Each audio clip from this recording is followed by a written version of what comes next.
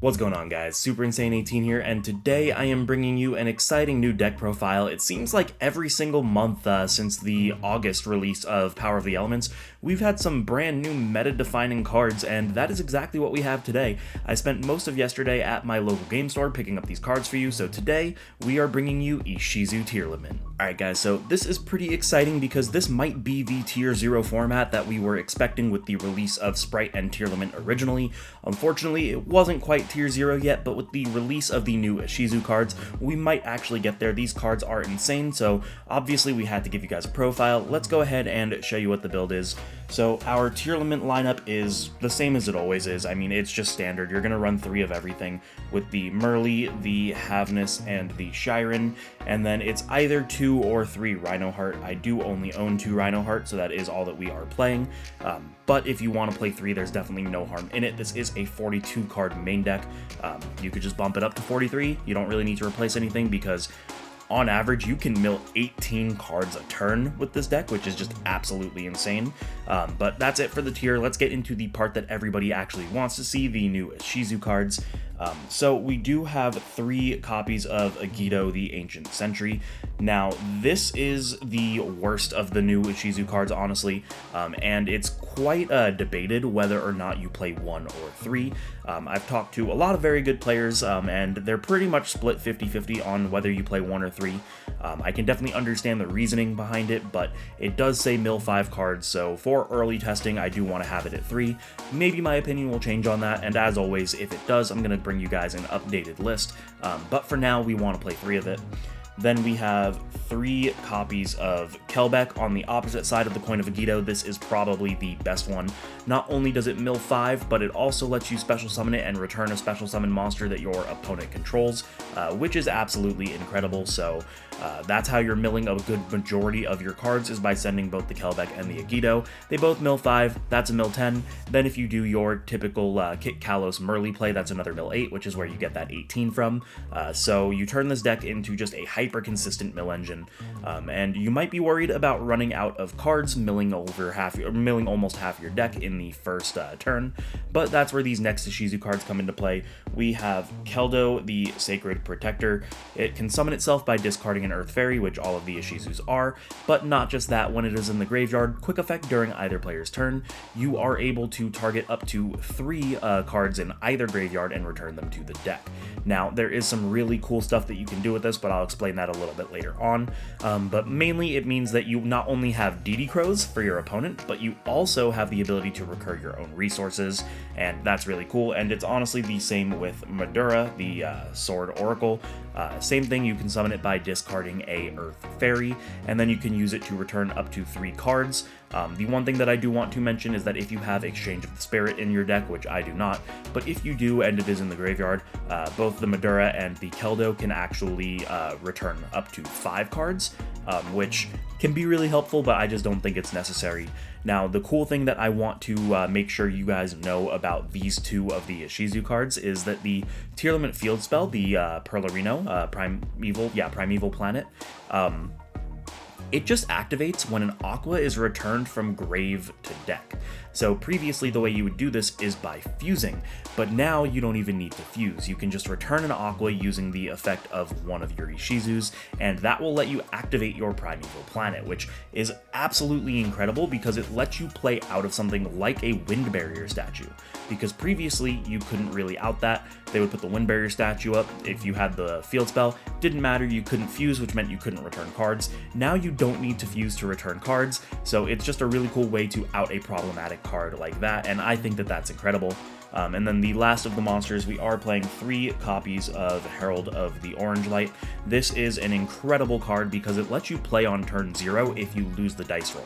If you open up the Herald and any of the mill 5, so the Agido or the Kelbeck, your opponent can activate an effect. You can negate and destroy by discarding said ISHIZU card, and then mill 5 cards, which, depending on your mills, could mean that you're just setting up a board on your opponent's turn 1, and I think that that's just absolutely crazy. Not just that, this is a phenomenal way to out D-Shifter because a lot of people are scared of D-Shifter moving into this format, which is why if you are playing at YCS Pasadena coming up this weekend, you're probably going to be seeing a lot of Flu because it is the obviously cheaper alternative to playing something like this, but D-Shifter is a horrible matchup, so you have to play the Orange Light to make sure that you can counter that.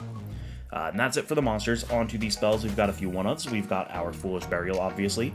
Foolish Burial not only can now let us fuse using our Tearlaments, but it turns into a Mill 5, so kinda nuts.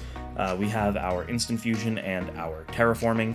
Don't really need explaining. This is to get your Kit Kalos off one card. This is to get your Primeval Planet.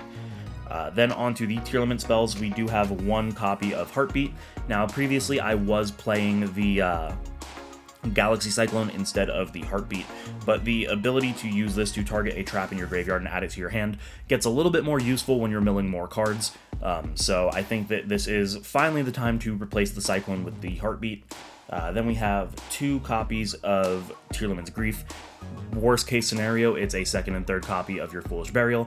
Best case scenario, you can swap out a monster and get to fuse, so I think it's really cool. Two copies of Tearlament's Scream. I just think milling more cards is important, so why not? Plus, with how much you're milling, you want to mill one of these to add one of your traps, and then you want to have one to actually use on the field. So playing two is the correct number in my opinion. And then we have three copies of Primeval Planet. Nothing really needs to be said, just consistency plus the utility of popping a card. And then the next card that we have is going to be three copies of Triple Tactics Talent. I think Triple Tactics Talent is really important now because if it is truly a Tier 0 format, you are going to be playing a majority of the ISHIZU Tearlament mirror matches, and this kind of makes it really threatening when they try to activate the effects of the Madura or the Keldo during your turn to get rid of your cards. So this kind of just gives you additional assistance that might be needed, because that is something that I forgot to mention. The really cool part about Keldo and Madura is that if your opponent activates a Tearlament monster to fuse, you return it to the deck and then they can't fuse. So the deck counters itself, which is just incredible. And then on to the last two cards, we have two traps. We have Crime for the Pseudo Omni Negate and the Sully for the Monster Negate. That is it at the main deck. Like I said, it is 42 cards. Let's show you guys the extra. Alright guys, so the extra doesn't really have anything too special, so we're going to go a little bit quickly, but I will explain what is needed. Obviously, we have one of each of the tier fusions, the Kit Kalos, the Roll Kalos, and the Kaleido Heart. You really don't need more than that because you can always put them back, especially now with the new ISHIZU cards. Even though we are not playing Super Poly, we are still playing one copy of Madura and one copy of Garura. These are just really good targets to use. Not only is this a level 4, which is very important for another card that we're going to show you in a minute, but it's just also able to make your stuff untargetable, and this is just a draw. You can use it to link summon into literally anything and get a draw off of it. Then we have our Dragos Depelia as our final fusion. But now the reason that the Mud Dragon is so important is we are playing Abyss Dweller, obviously. Now, the ideal play that you want to do in this deck moving forward is making Abyss Dweller before you activate any of your ISHIZU cards to mill, because they don't only mill your deck, they also mill your opponent's deck. So you want to turn off your opponent's grave in case you are in that ISHIZU tier mirror, saying, hey, I'm going to get all my grave effects, you're not going to get any of yours, and it's kind of just hilarious if you can make it happen. So obviously you need to play this. This being a level 4 helps with that, so we're obviously going to play that. Then on to the rest of the XYZs, we have a copy of Baguska. This is because the only really bad matchup for this deck is the Fluanderies deck between the Barrier Statue and the D-Shifter, so making this kind of just says that Flu loses, so why not? Then we have the Time Thief Redoer. I think that this is just a very important card. Since it does not detach for cost, you get any of your Tearlament effects that are attached to it if you detach them. So I think that's important. And then we have a copy of Zeus. Anything that's playing in XYZ should be playing Zeus, in my opinion. Zeus is just an incredible card. And then we are also playing Baron de Fleur. Now, this is the one that I'm going to give the most explanation for, because a lot of people are going to look at this deck and say, but you're not playing Diviner of the Herald, which I don't think is necessary. But they're going to ask, without playing that, how do you make the Baron? Because typically the Diviner is going to send one of your ISHIZU cards. That is going to let you make the Diviner into a level 6 tuner, and then a level 6 tuner plus any level 4 makes the Baron. But if you remember, we are playing the Herald of Orange Light, which is a level 2 tuner, so that plus any 2/4s will make the Baron, and we are playing Sprite Elf, which means Sprite Elf can reborn the Herald. So if we use it or if we mill it, because we're milling so many cards, that plus any 2/4s equals your Baron, and I think that that's perfectly good enough. The reason I'm not playing the Diviner in the main is I would just rather normal summon the Rhino Heart, if I'm being 100% honest with you guys. So yeah, I think that you can still play the Baron without the Diviner. You just have to play a little bit more resourceful and make sure that you have 2/4s plus your Herald on board. But that is it for Synchros. On to the links. We are playing one copy of Lingeribo. This is just utility to out an Ibly lock, because a lot of players playing Sprite are going to be trying to Ibly lock you. This is the one card out, and not only is it the one card out, but it also lets you play around a trap card, because if you're up against Sprite, which is going to be the most likely deck to Ibly lock you, then they're also probably going to have a Sprite double cross, which is able to interrupt your graveyard as well. If you activate the effect of a Tearlament in your graveyard, and they have the double cross, they can get rid of the tier in your graveyard, preventing you from fusing. This can negate the double cross, so I think that that is just an obvious answer to both of those cards. Then we have the Dark Charmer. Doesn't really need explaining. We have Sprite Sprint. This card is incredible because you can use it to send your Merly, meaning that you can just use it to proc an instant fusion effect. And then the last card is going to be the Sprite Elf. This is partially for the Baron play, like I said, to reborn your Herald, but you can also use it on your opponent's turn to reborn a Merly, and Merly will mill 3, and if you hit anything relevant, then you're able to just play on your opponent's turn again, but that is going to be the extra deck. And there you guys have it. That is going to be my take on the new potential Tier 0 ISHIZU Tearlament deck profile. Obviously, this is a very early build. The cards just came out yesterday, so there is a lot of testing to be had.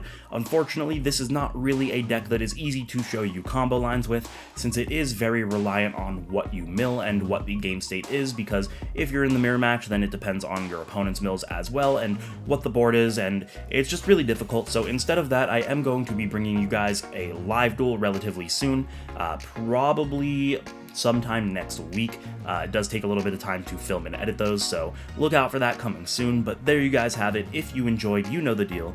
Make sure to subscribe, hit the notification bell, like, comment, share with friends, maybe consider supporting me on Patreon. Thank you guys so much for watching, and I will see you in the next one.